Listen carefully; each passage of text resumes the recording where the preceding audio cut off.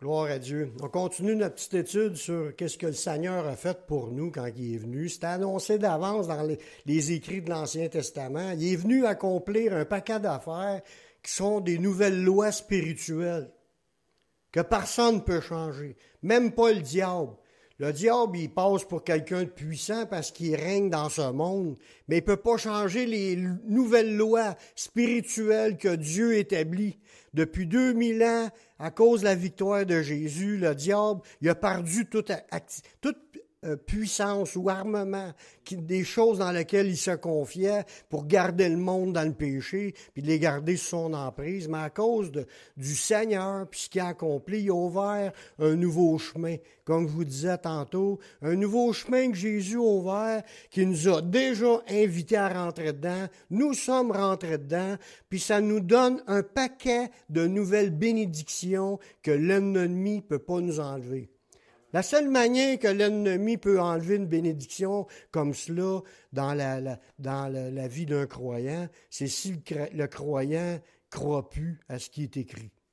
Si tu y crois plus, puis tu les réclames pas, tu n'en parles pas, tu vis comme si tu les avais pas, c'est sûr que tu les vivras pas. Si tu veux vivre ce qui est écrit là, si tu veux dire, oui, je veux ce que Dieu a préparé pour moi, ce que Jésus m'a ouvert, je veux toutes ces bénédictions, si tu les veux, il va te les donner. Parce qu'il appelle pour le salut. On l'a vu qu'il y avait des versets. Il appelle toutes les nations pour le salut. Il appelle tout le monde à se repentir, à se tourner vers lui.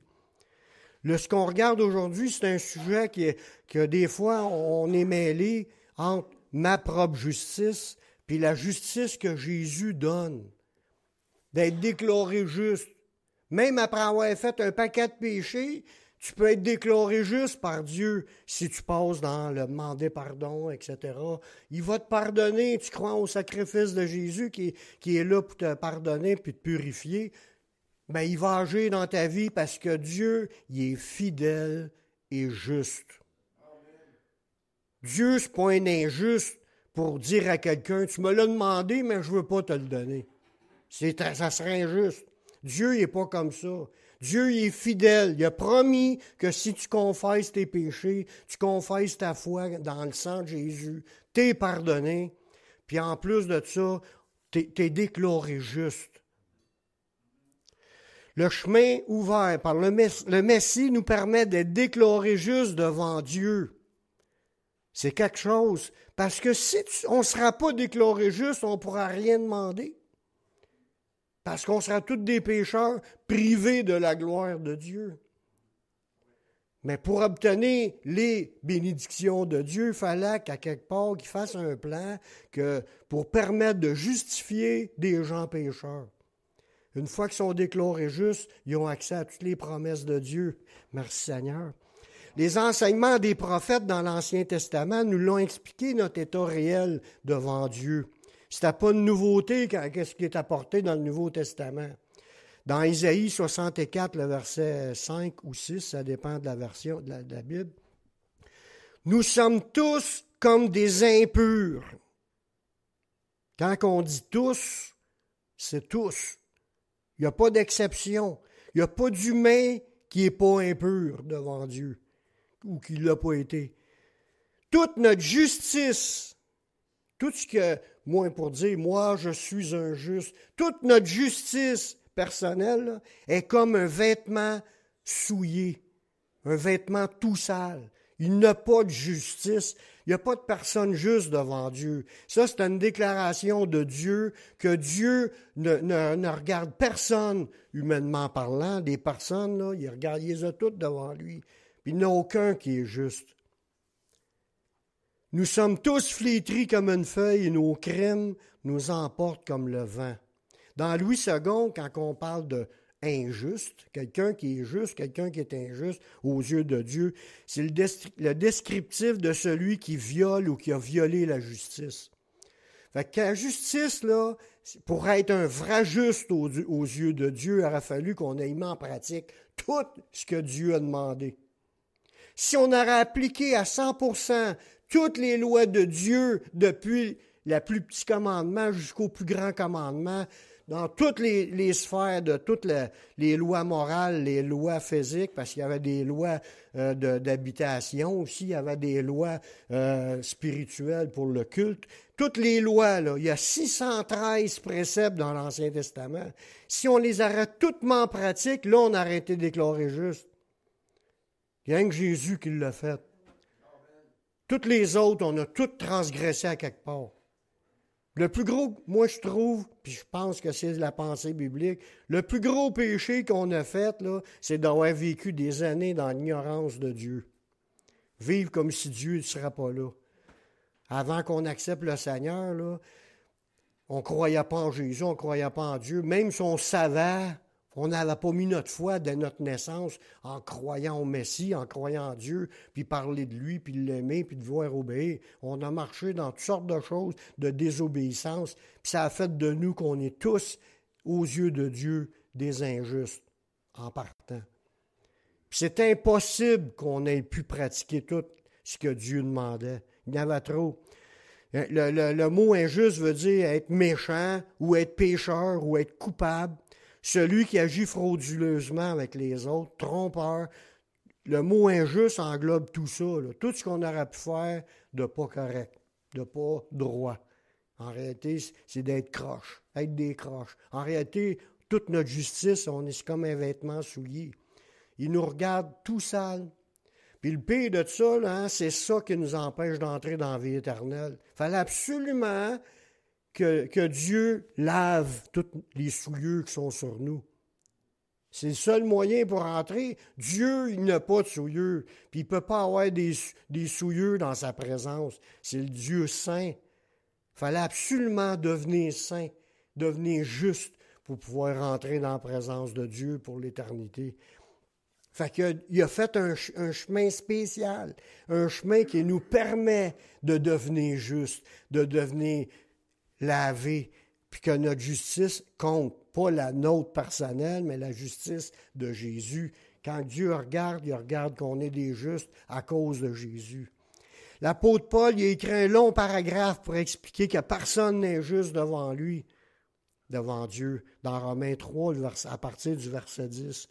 Il explique que l'ensemble de l'humanité est dans le péché, selon ce qui est écrit. Puis ça, c'est selon ce qui est écrit dans l'Ancien Testament, comme le verset de la prophétie qu'on venait de regarder, mais c'est basé sur plusieurs versets. Il n'y a point de juste, pas même un seul.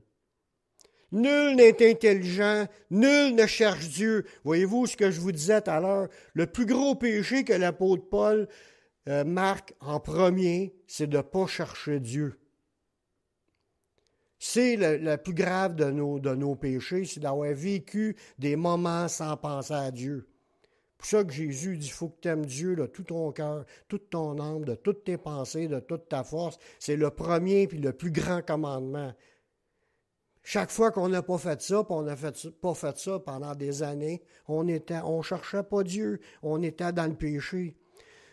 Verset 12. Tous sont égarés, tous sont pervertis. Il n'y en a aucun qui fasse le bien, pas même un seul. Tout le monde marche selon leur conscience. Si tu lis pas la Bible, là, tu marches selon ce que toi tu penses de ce qu'il pourrait être bien, puis toi ce que tu penses de ce qui pourrait être mal. Parce qu'on a tous une conscience du bien et du mal. Mais c'est pas là-dessus que Dieu va nous juger. On l'a vu dans un autre passage, il va nous juger selon ses paroles au Messie qui demeure éternellement. Ces paroles-là qui vont nous juger. C'est la pensée de Dieu. Puis il a établi sa pensée comme, si tu veux être juste dans le Nouveau Testament, c'est expliqué. Ce que Jésus a enseigné, c'est ça qu'est la vie d'un juste. Puis il n'y en a pas un seul dans tout l'ensemble de l'humanité. Au verset 13, « Leur gosier, c'est un sépulcre ouvert. Ils se servent de leur langue pour tromper. Ils ont sous leurs lèvres un venin d'aspic. » Ça, là, c'est parce qu'on est alimenté par du poison dans notre bouche. Partout où on passe, on a semé du poison à quelqu'un. Juste le fait de parler en mal contre quelqu'un, tu viens de jeter du poison dans la vie de l'autre.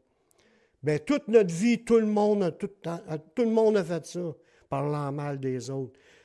Au verset 14, « Leur bouche est pleine de malédiction et d'amertume. » L'amertume, là, c'est de ne pas être content de notre état, puis d'avoir comme se plaindre, puis critiquer, puis t'es ta mère, là. Il sort de ta bouche plein de paroles négatives face à ton état personnel, mais ça peut être aussi de l'amertume face à ce qu'un autre t'a fait ou qu'est-ce qu'il t'a dit. Mais quand tu réagis comme ça, c'est de l'amertume, c'est du péché. Fait que on était plein avec des paroles de malédiction, semer du mal aux autres, les envoyer promener là, avec des insultes ou maudire les gens, ou peu importe les paroles que tout le monde dit. Verset 15, « Ils ont les pieds légers pour répandre le sang. » On n'a peut-être pas tué du monde en vrai, là, avec un couteau ou avec un gun, mais quand on haït quelqu'un dans le Nouveau Testament, ça dit que tu l'as tué. Tu es un meurtrier. Si tu haïs quelqu'un, tu es un meurtrier. Le verset 16, « La destruction et le malheur sont sur leur route. Ils ne connaissent pas le chemin de la paix. La crainte de Dieu n'est pas devant leurs yeux. » Puis là, ce que Paul rajoute au verset 19, « Or, nous savons que tout ce que dit la loi de Moïse, elle le dit à ceux qui sont sous la loi, afin que toute bouche soit fermée et que tout le monde soit reconnu coupable devant Dieu. » Fait que la loi de Moïse a été mise là en place pour démontrer que tout le monde sont coupables devant Dieu. Il n'y a pas de juste aux yeux de Dieu. Y a-t-il un ouch? Ou un aïe aïe? C'est aussi confirmé dans la parole de Dieu que les injustes, il n'y en a pas de justes, fait que tout le monde est injuste. C'est aussi confirmé dans la parole de Dieu que les injustes ne rentreront pas dans le royaume de Dieu. Dans 1 Corinthiens 6, 9, Paul dit ça à des chrétiens. « Ne savez-vous pas que les injustes n'hériteront point le royaume de Dieu? Ne vous y trompez pas. Ni les impudiques, ni les idolâtres, ni les adultères, ni les efféminés, ni les infâmes, ni les voleurs, ni les cupides, ni les ivrognes, ni les outrageux, ni les ravisseurs n'entreront dans le royaume de Dieu. » Puis ça nous dit que tout le monde est pécheur. Personne ne pouvait rentrer. C'est pour ça que les disciples ont dit à Jésus, « Qui peut donc être sauvé? » Jésus dit, c'est impossible aux hommes. Mais non à Dieu, car tout est possible à Dieu. Il fallait que Dieu fasse quelque chose pour nous permettre de l'être. Sinon, on est à fall-ball. Dès notre naissance, on est destiné, comme c'est écrit aussi dans Philippiens, qu'on était des enfants de colère, comme les autres, destinés à la perdition éternelle. Tout le monde. Le fait de retourner à la loi de Moïse pour nous rendre justes ne sauve pas personne. Parce que même si un jour tu décides, à partir d'aujourd'hui, moi tout mettre en pratique ce qui est écrit là, dans Romains 3,20, ça nous dit, « Car nul ne sera justifié devant lui par les œuvres de la loi, puisque c'est par la loi que vient la connaissance du péché. » Fait que la loi de Moïse a été donnée pour nous révéler c'est quoi qui est péché.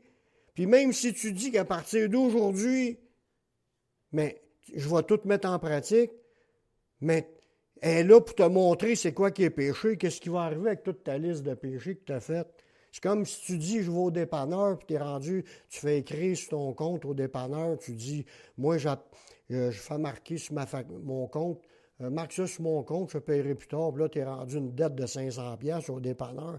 Puis tu vas voir le dépanneur, tu dis, à partir d'aujourd'hui, je vais te payer cash. Ouais, mais c'est correct, mais qu'est-ce qui arrive avec la dette que tu as? Même si tu arriverais à tout payer cash à mesure ce que tu achètes ensuite, qui va payer la dette qui s'est accumulée depuis le début? C'est toi, il faut que tu la payes. Puis c'est pour ça qu'un gars qui veut bien faire, dire qu'il pratique la loi de Moïse, il l'a transgressé tellement de fois que faut qu'il paye pour les transgressions. Fait que même si tu appliques la loi, ça ne changera rien. Au bout de la ligne, tu es encore un coupable face à la loi. La dette de nos péchés est là. Puis tout le monde est pogné face à cette dette-là, impossible de la payer soi-même. Jésus, lui, va encore plus loin quand il explique ça au niveau de la justice. Il a enseigné que personne ne doit se penser juste par ses propres performances.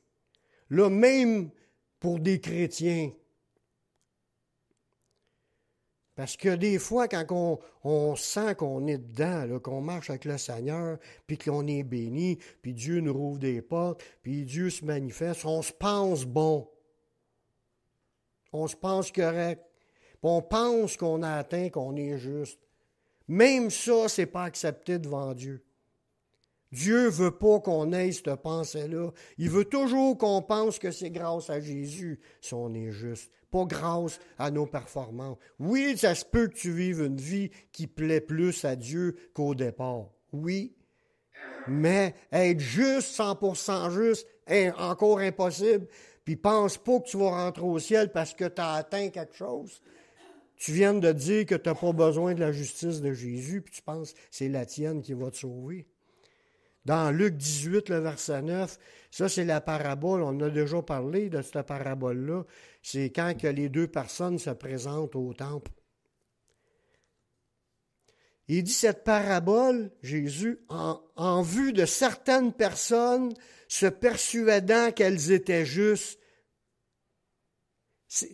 Il a dit ça exprès pour certaines personnes qui se persuadent qu'ils sont justes. C'est pas juste, on ne parle pas juste des pharisiens, ça peut être un chrétien qui se pense juste par ses propres performances. Puis il ne fait aucun cas des autres. 2 hommes montèrent au temple pour prier, l'un était pharisien et l'autre publicain. Le pharisien debout priait ainsi en lui-même. « Ô Dieu, je te rends grâce de ce que je ne suis pas comme le reste des hommes, qui sont ravisseurs, injustes, adultères, ou même comme ce publicain.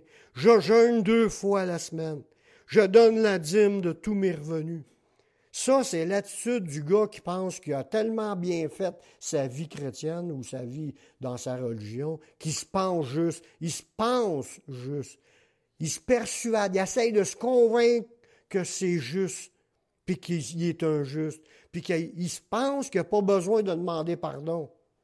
Parce que là, il se vante de ce qu'il a fait au lieu de confesser avec humilité les choses qu'il n'a pas faites. Parce qu'il y en a, lui-ci, des choses qu'il n'a pas faites.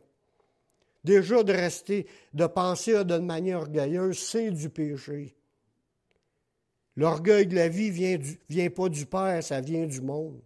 Là, il se compare avec l'autre. L'autre, c'est un pécheur. Ben moi, j'ai jeûné, j'ai payé ma dîme, j'ai fait ci. Il se vante de ses performances. Lui, il se pense juste, mais Dieu ne le pense pas juste. L'autre, le publicain, c'est un gars il prie lui tout, mais c'est complètement le contraire. Il se tenait à distance. Il n'osait même pas lever les yeux vers le ciel. Tu sais, le gars qui se sent coupable, là, le gars qui se sent qu'il n'a pas accompli ce qu'il fallait. Il se sentait comme ça.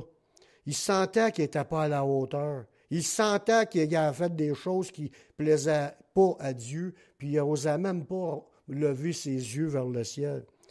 Mais il se frappait à la poitrine, puis il se disait, là, mais là, on peut en rajouter, là, je suis écœuré d'être ce que je suis.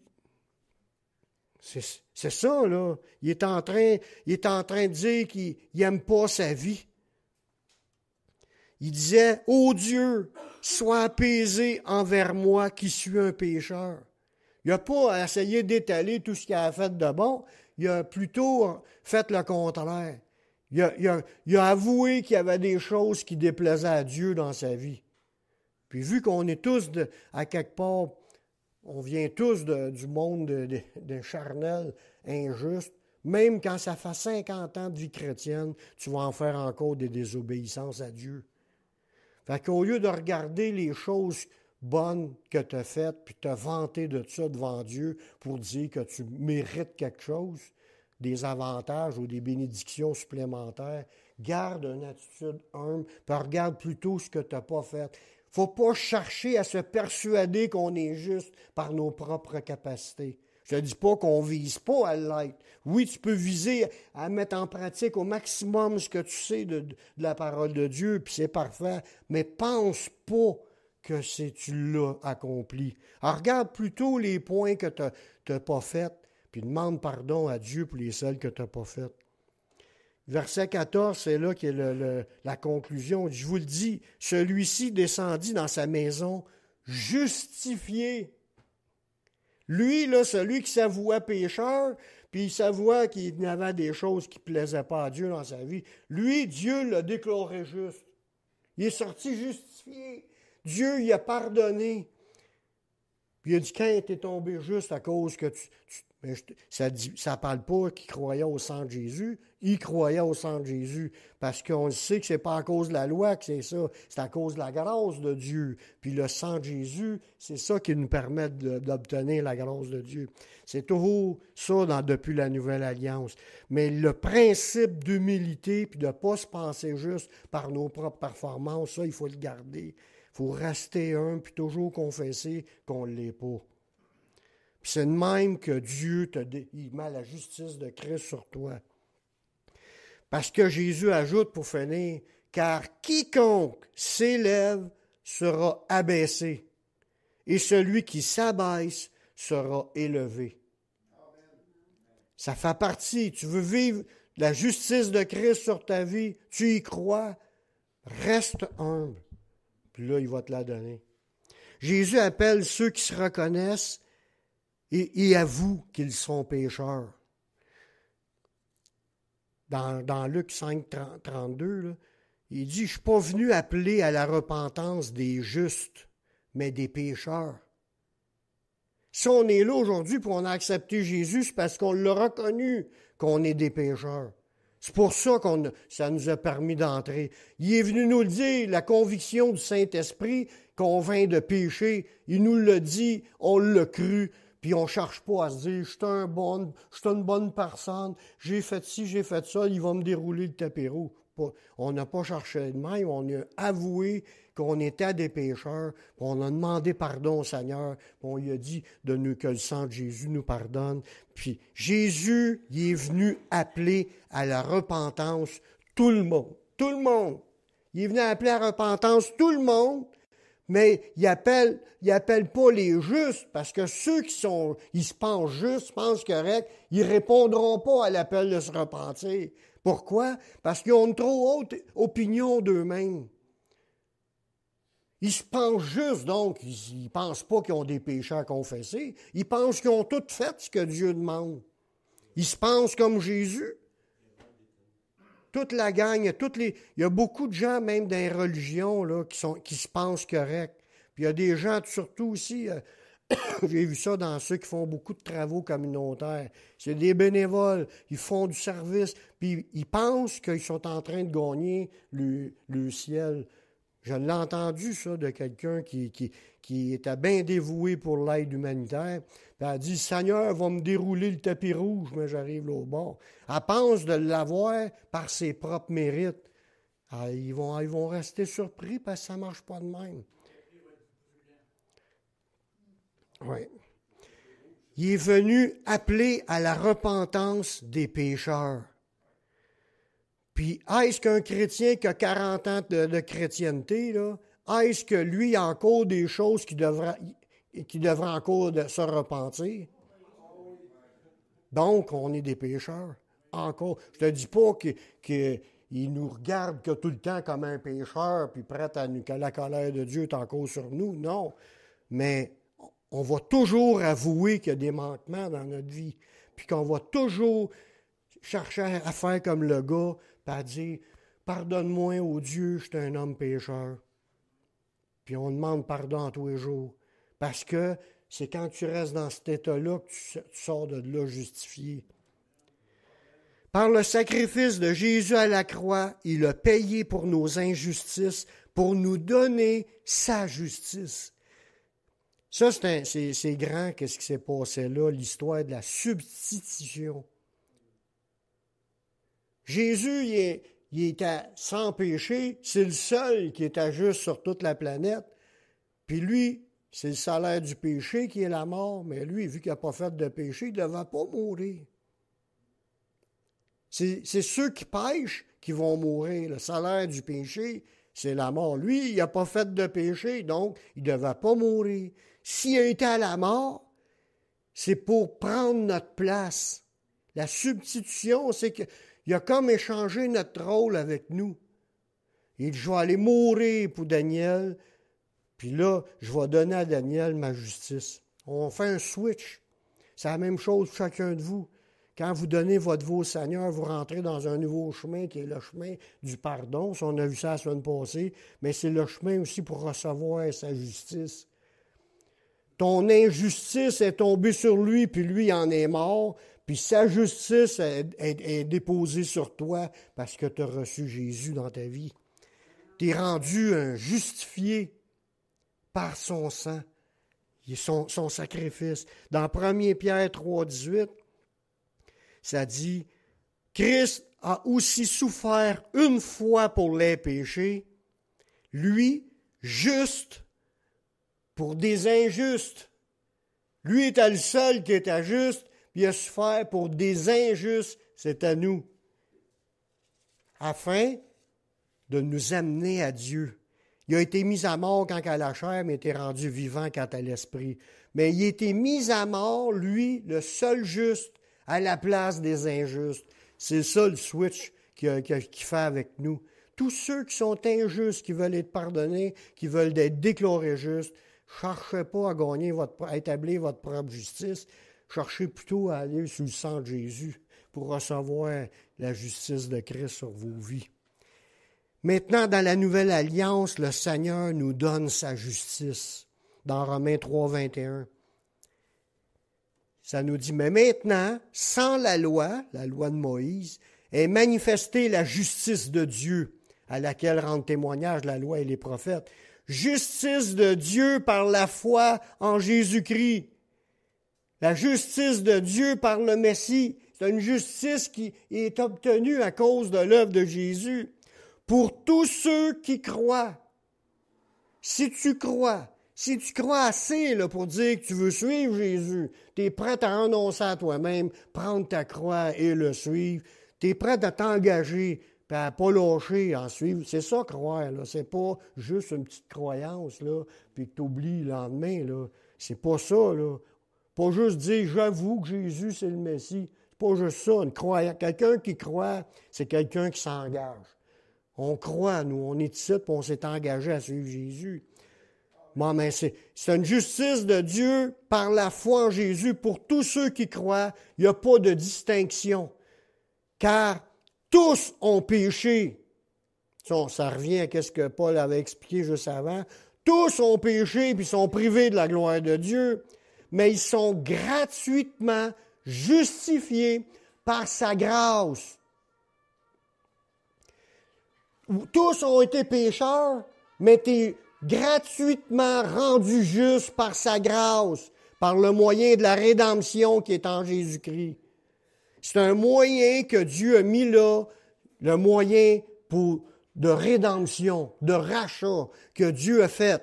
Pour nous racheter, il est mort sur la croix, il a payé à notre place. Maintenant, si tu veux recevoir sa justice, il faut que tu ailles à lui pour recevoir son pardon. Le don de devenir juste devant Dieu peut s'obtenir même après plusieurs offenses. Dans Romains 5,16, ça dit « Il n'en est pas du don comme ce qui est arrivé par un seul qui a péché. » On parle d'Adam et Ève. Là.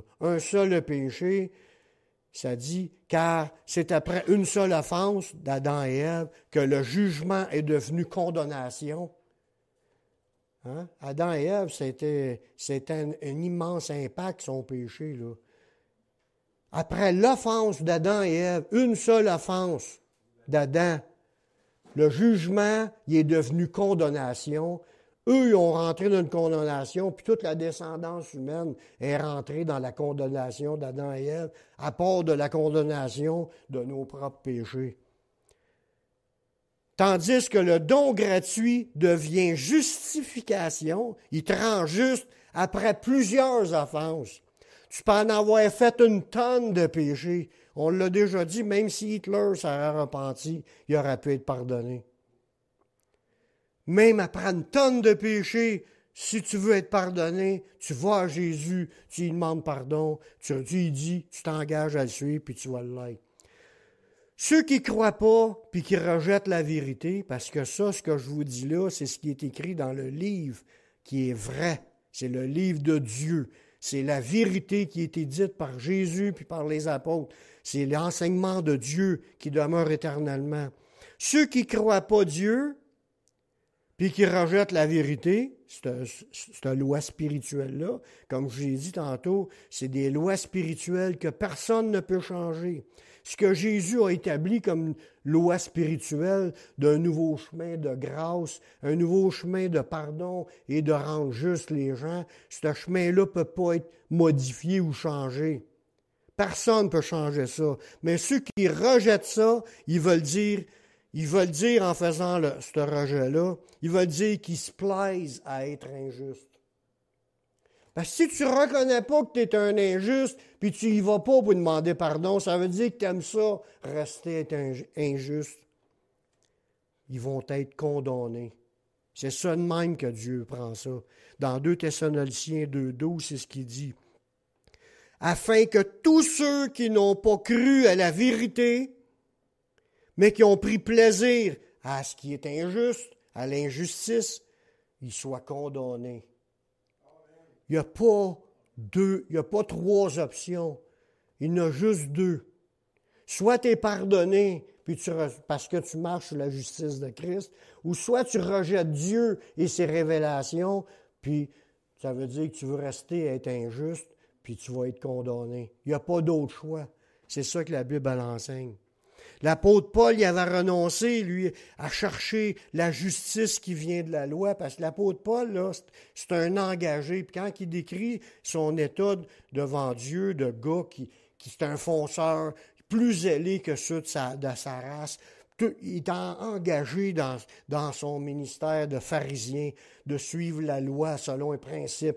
Il persécutait les chrétiens. Il allait même recevoir des lettres pour en persécuter dans d'autres villes. C'est un gars qui était engagé au bout dans la loi pour essayer de dire « j'ai pratiqué, j'ai eu à cœur de mettre en pratique », comme tu vois dans l'Ancien Testament des fois, un roi qui a décidé de tout détruire les statues qu'il y avait, puis les hauts lieux, puis les autels à d'autres dieux. Ce roi-là, il détruisait tout. Il avait un zèle à tout remettre son pays en place. Mais Paul, il avait un zèle de même à vouloir remettre son pays en place. Puis il persécutait les chrétiens parce qu'il était convaincu que c'est par la loi de Moïse que tu devenais juste. Mais lui, il a décidé d'abandonner tout ça, cette idée-là, puis de chercher plutôt à obtenir la justice qui vient de la foi au Messie. Dans Philippiens 3,8, Paul il dit « Et même, je regarde toute chose comme une perte. » Mais le mot que là, dans l'original, c'est comme « Il regarde toute chose comme du caca, des excréments, comme de la boue, comme quelque chose qui n'est pas bon. » Tout le fait de dire « j'essaye de devenir un juste par mes propres efforts », il a tout regardé ça comme « ça ne sert à rien », puis même « ça pue tout ça ». Faut rejeter tout ça. Il dit « je regarde tout ça comme une perte à cause de l'excellence de la connaissance de Jésus-Christ mon Seigneur, pour lequel j'ai renoncé à tout. » Il a renoncé à toute sa justice qu'il pensait d'obtenir sous la loi.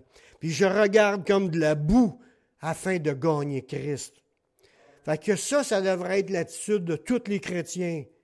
D'arrêter de penser qu'il faut absolument que je sois juste à 100%. Puis là, une fois que tu le penses, là, que tu l'es, je suis injuste, puis je mérite que Dieu fasse ça, puis moi je peux. Non. Ça, là, t'es rendu dans le péché. Alors, regarde ça comme de la boue, cette idée-là. Puis regarde plutôt, Seigneur, pardonne-moi, continue à me pardonner. Puis là, la justice, il dit, il fait tout pour que la justice de Christ soit sur lui. Oui, mais il a accepté Jésus 20 ans avant. Il était déjà injuste. Il n'y a pas un 20 ans avant, ça, c'était le départ. 20 ans plus tard, il continue à rechercher à être sous la justice de Christ. Ils continuèrent à chercher ça. C'est pas quelque chose d'acquis une fois pour toutes. Il y a bien des gens qui, quand ils parlent de la doctrine du salut qui ne se perd pas, ils disent, ils l'ont eu une fois, là, il y a 20 ans, puis ils pensent que c'est bon à vie, puis ils n'ont même pas besoin de demander pardon. C'est une hérésie, c'est une fausse doctrine. C'est satanique, penser de même. L'apôtre Paul, lui, il continuait même après, là, dans le ministère, là. Puis là, il dit, je regarde encore tout ce qui est tout le reste comme de la boue, afin de gagner Christ. Pour lui, et d'être trouvé en lui, non avec ma justice, celle qui vient de la loi, mais avec celle qui vient de la foi en Christ.